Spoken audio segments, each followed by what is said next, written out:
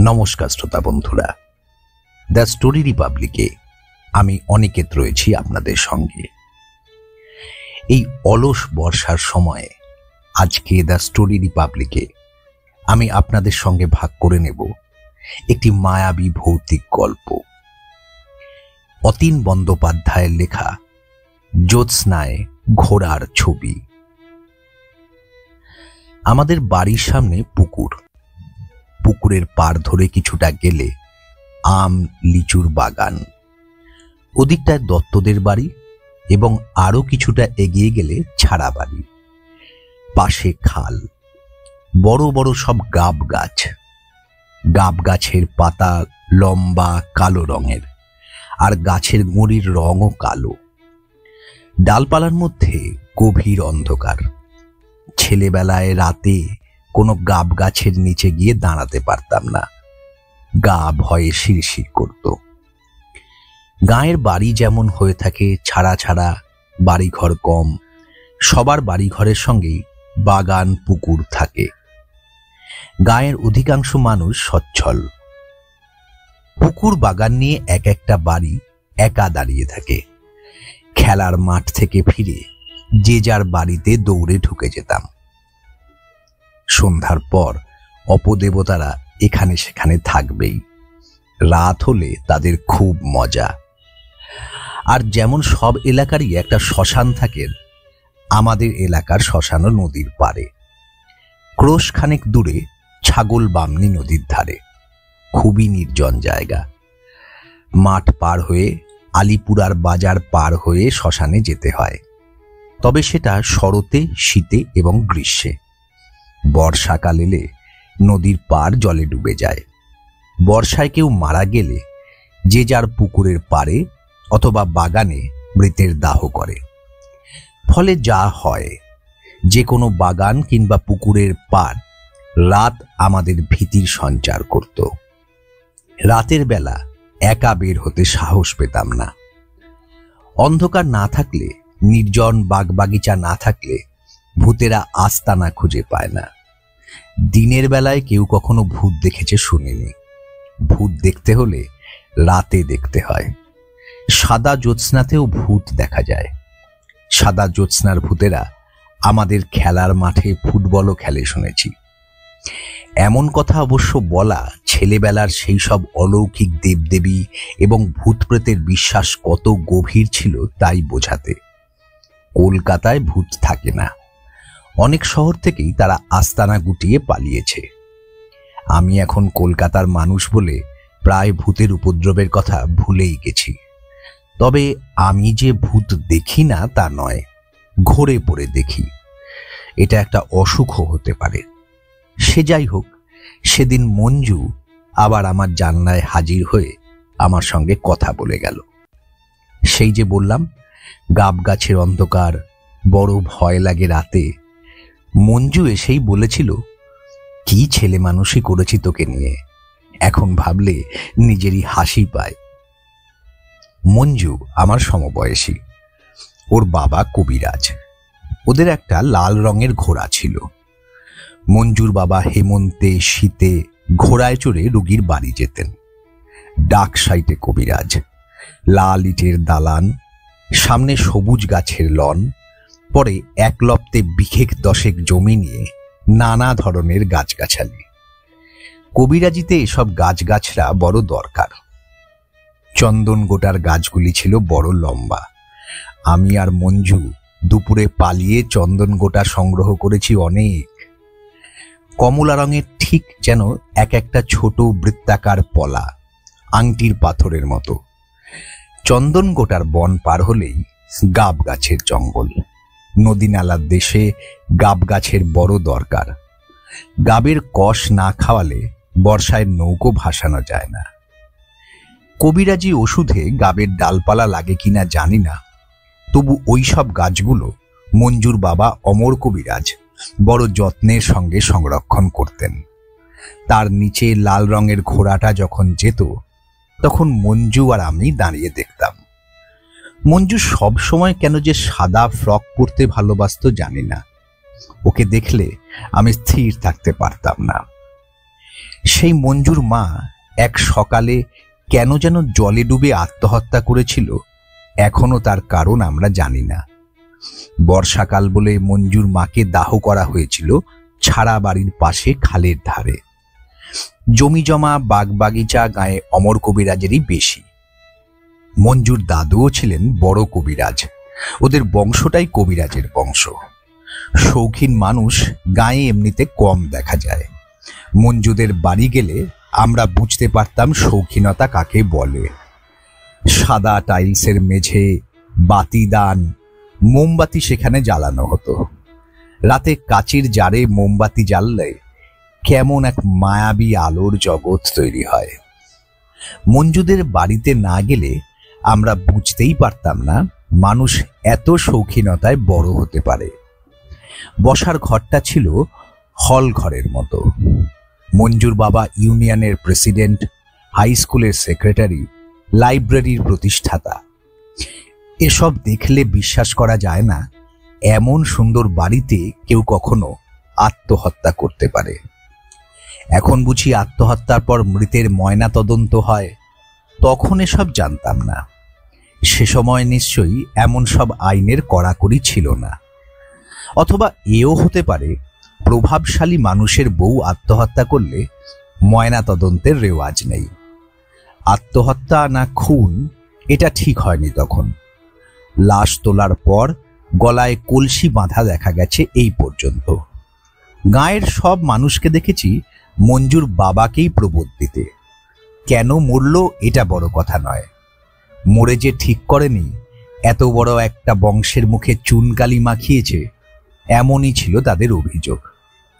যাই হোক, মঞ্জুর মা কিরকম রূপবতী ছিল তার প্রকাশ করা আমার পক্ষে সম্ভব নয়।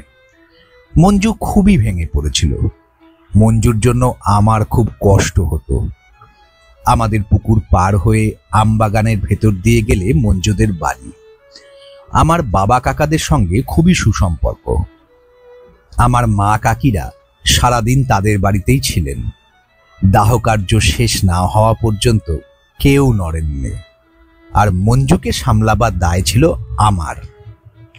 আশ্চর্য, মঞ্জুর মায়ের আত্মহত্যার পরদিন ঘোড়াটাও জলে ডুবে মরে থাকল।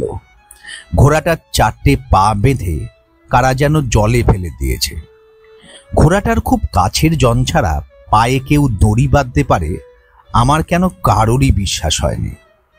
কাছের জন বলতে ঘোড়াটার দেখভাল করে ইমতাজ আলী, আর ঘোড়াটায় চড়ে মঞ্জুর বাবা। বর্ষাকালে অবশ্য ঘোড়াটা ছাড়া বাড়িতে ঘাস খেত, কারণ বর্ষাকালে ঘোড়ায় চড়ে কোথাও যাওয়া যায় না।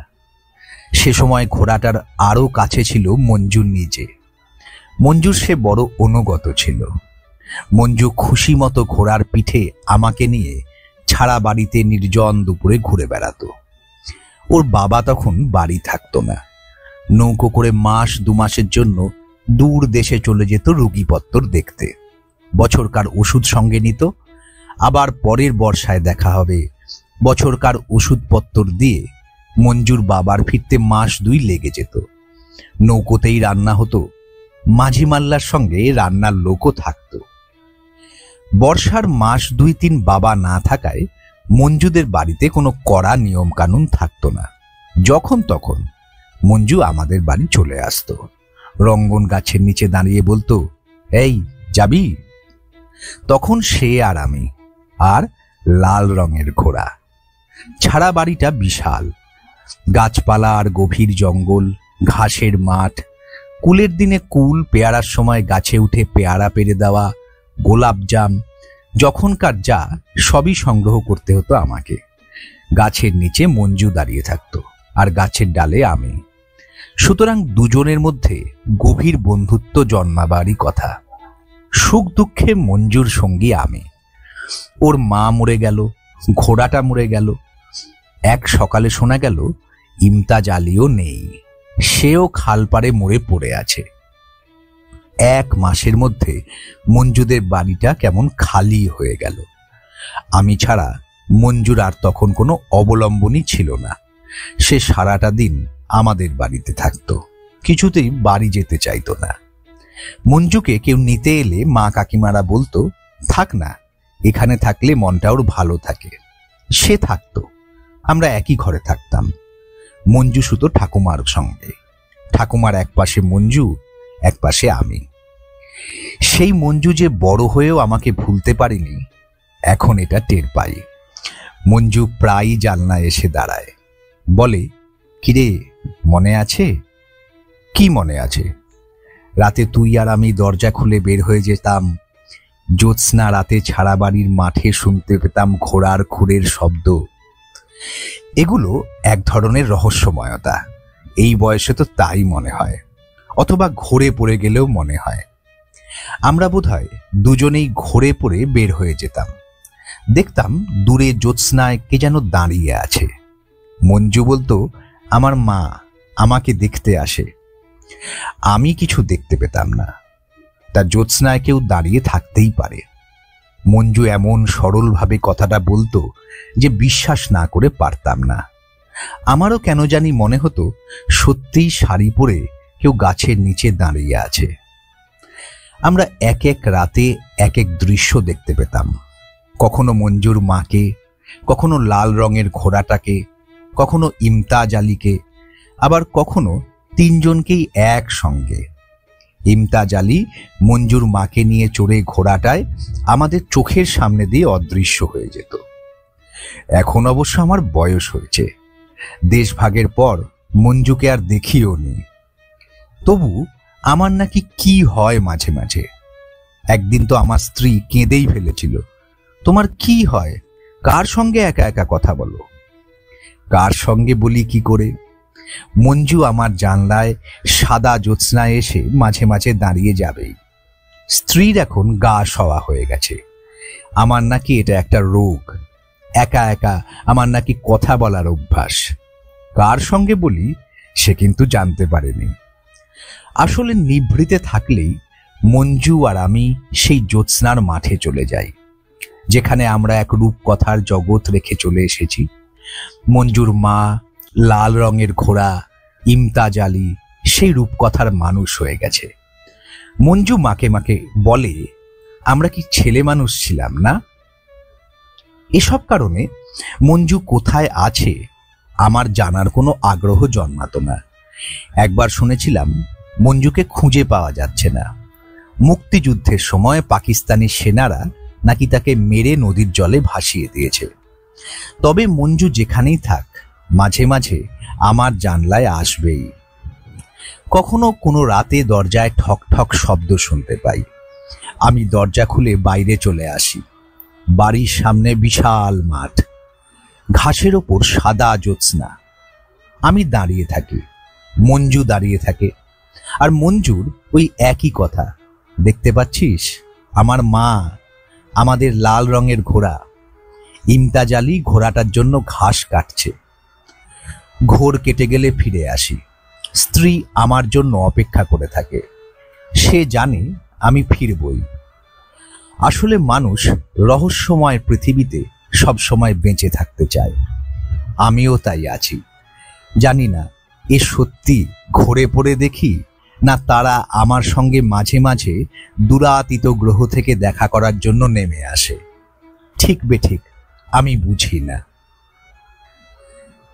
গল্পটি এখানেই শেষ হলো। বর্ষার দিনে শ্রোতা বন্ধুরা এই গল্পটা কেমন লাগলো তা জানাতে ভুলবেন না। কমেন্ট বক্সে আপনাদের মন্তব্য জানাবেন। আর অতি অবশ্যই দ্য স্টোরি রিপাবলিক চ্যানেলটিকে সাবস্ক্রাইব করবেন। ধন্যবাদ।